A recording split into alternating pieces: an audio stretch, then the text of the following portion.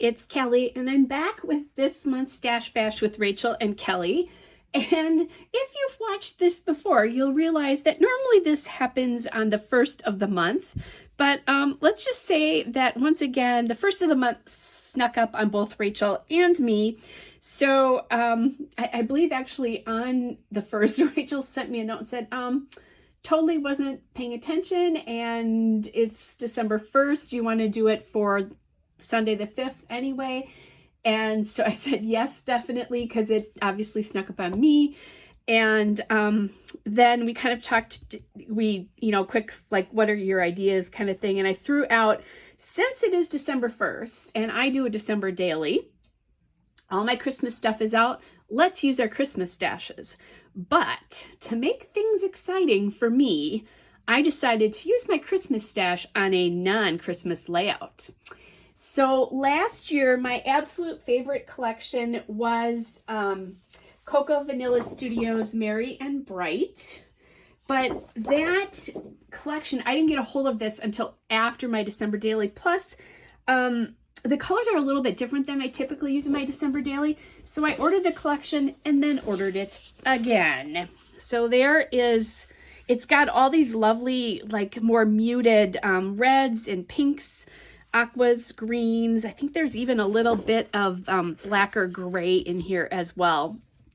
So that kind of gives you an idea here. This even gives you a better idea of what it is. And my December daily tends to be true reds, greens, that kind of a thing. So I decided to do this, use this collection again because I love it so much, and use it today because I ordered it and then I ordered more of it. So I think these are the three papers that I'm going to use. Not quite sure what I'm going to do with them yet, but this is a picture. Actually, this is my stepkids' house. And they, for those of you who don't know, they have 4 kids. And they have totally redone a 1970s ranch house, and it's just beautiful. But it was a mess in their hallway. So what they did is they had these custom cabinets made, and it's awesome. It's just, it does such a good job organizing everything, and there's, room for everything, that kind of stuff. It's great. So my daughter-in-law took these pictures, and I want to get these documented. So their house is like an aqua color and then a gray wood. Well, I don't have gray wood in this collection, but I have this beautiful brown wood. Plus there's these gorgeous brown wood tops. So I thought I would use this as some sort of background. The walls really are more aqua, but in these photos, this green works well. And I was thinking that I was going to use the this more as the kind of background sheet, and then this as the mat for the photos. But now that I'm looking at it, I like it better this way. So I think that's what I'll probably do. So there's the three pieces of paper, my 4 photos. I'm gonna get almost 4 by 6 photos on, and then I pulled some things to go with this. So there's a collection of buttons, and I thought I could use the hearts and the joy because it brings her joy to see this organization, and the hearts, kind of loving this. I have the die cut pack. I'm not quite sure if anything will work for that, but we're going to do that. And then the journaling cards. And the more I think about this, because I'm going to have these 4 photos, I probably won't be able to use this unless I cut an element out, which I definitely could. Like, there's hearts here. So I could cut those elements out of this, out of the pack. That's one of the things I could do, but we'll see, what happens as I go along. There is actually, because I bought this twice, there's another die cut pack here, and I think this one is full. This one is not. So I'll probably open this one up and then put them back together. So we're going to see what happens. So last month I forgot to do this. Please, please, please go to Rachel's channel and check her video out. The link will be in the description box of my video, so make sure you check that out. I also have a playlist of all of my Stash Bash videos, so make sure you check that out if you're interested, if you haven't seen it at all. And the point is with this is to use our stash. So I think that's all I have to start out with. Let's get scrapping. Okay, so I have decided to go with the arrangement that I figured out as I was talking to you a little bit earlier. So I'll use the wood as the background because I think it does a really nice job of bringing the wood in the photos. And then I'm going to use that. So that wood paper, by the way, is the Cocoa Vanilla Studio Marion Bright Season's Greetings paper. And I'll let you know if it's not Cocoa Vanilla Studio because pretty much everything on this layout is. And I'm kind of adding in the pieces or the pictures on here kind of, I was going to say kind of as they appear in the main photo, but that's not really completely true. So anyway, whatever. And then I'm going to mount those photos on that dot paper, which is the Happy Holidays paper from the collection. And they are Christmas trees, but there's not ornaments on them, and there's not a star per se. There's a dot on the top. So I don't think they really necessarily read as Christmas trees unless you know that this is a Christmas collection. That tree paper is the countdown paper. So I'm really liking how that is, and I decided to just, because the photos are so high, the height is so big, I just decided to go from top to bottom and the wood paper is underneath. Now I'm trying to decide what pieces to use here because a lot of this stuff in here is very Christmassy from the die cut pack that is called Die Cut Ephemera. I need some place to journal there, and I like that piece, but that does feel Christmassy to me because it's poinsettias. So then I'm finding these flowers and they're just really in the colors of the layout of the papers and that kind of stuff. So that doesn't read totally Christmassy to me. I did talk about this flare. So there's one that says joy. And then there's the two hearts. And I'm going to use those two pieces because I know that my daughter-in-law was very joyful when this happened in the house.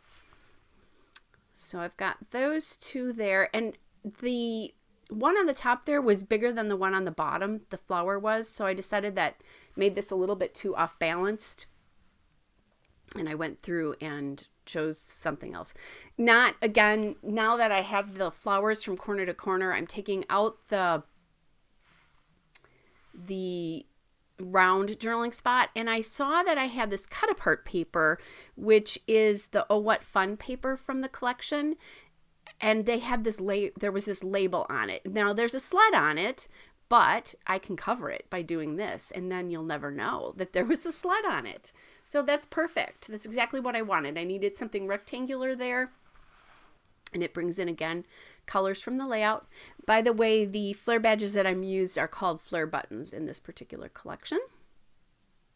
So I love how sneaky that was, getting that on there like that. I'm just kind of making sure that this is all working here. Now, the one thing I didn't do that I often do with this collection is I usually ink my edges of everything, and I didn't. So that could have been an addition to this, just to give a little bit of a shadow to the papers, but I'm enjoying it as it is right now without that. It feels light and bright to me. All right, now I am putting ATG on that. There's one tiny little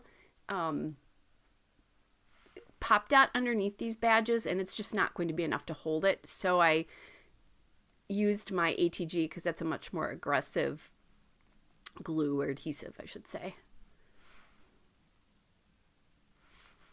I will add this because I added something as I was just finishing this up and putting away the die cuts. I found a little tab that says fun on it, and it was feeling, once I finished this, like I needed a little bit more. So what I did is I added a blue flower and the little fun tab, and those are both from the Die Cut Ephemera. So look for that in the still shot and the detail shots. I'll have that down. So then I wanted a little bit, something a little bit different, a little bit of a finishing piece. And that for me is often enamel dots. These are the Altenew enamel dots in Tropical Forest. So the green goes really, really well with the green in the leaves here.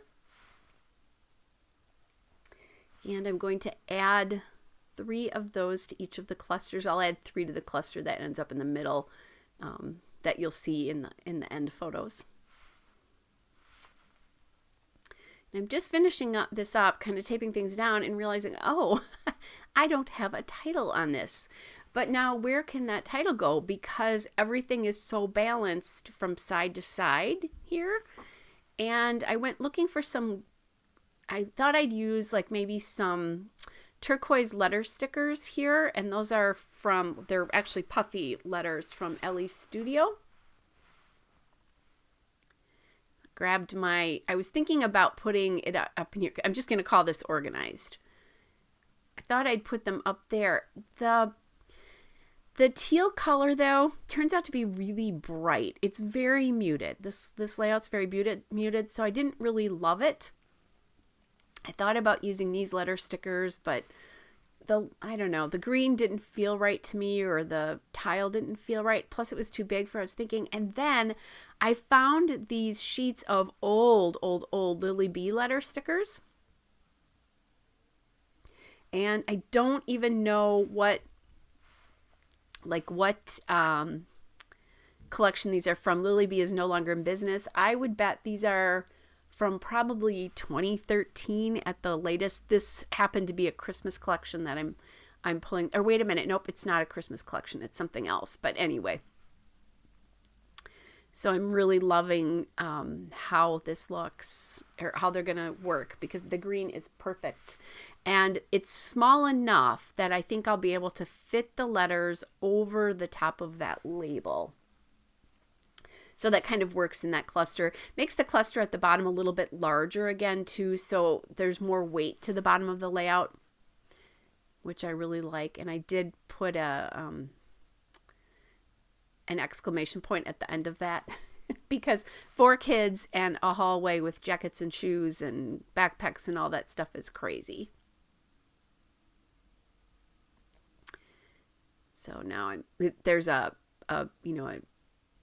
I'm getting dots and I'm getting the insides out of this. So I really think that I did if I do say so myself, did a great job with this challenge. I used a Christmas collection. I used a collection I absolutely loved, or love, but I used it with non-Christmas photos. These photos are actually from May of this past year. So I really don't think that you would know that unless you knew the collections or heard me tell you that it was a Christmas collection. So it was a fun challenge to be able to do that. Sometimes it's kind of a cool thing to give yourself a little extra challenge when you're scrapbooking, to stir things up a little bit. So I used my stash. I used my Christmas stash, which is really important because I'm always bringing new stuff into that, even though I have plenty. Can't resist. I love Christmas so much, and I really can't resist the Christmas stash. So there's the still shot, you guys, and a couple of detail shots. Hope you're all well, and don't forget to go look at Rachel's layout in the description box. Bye, everybody.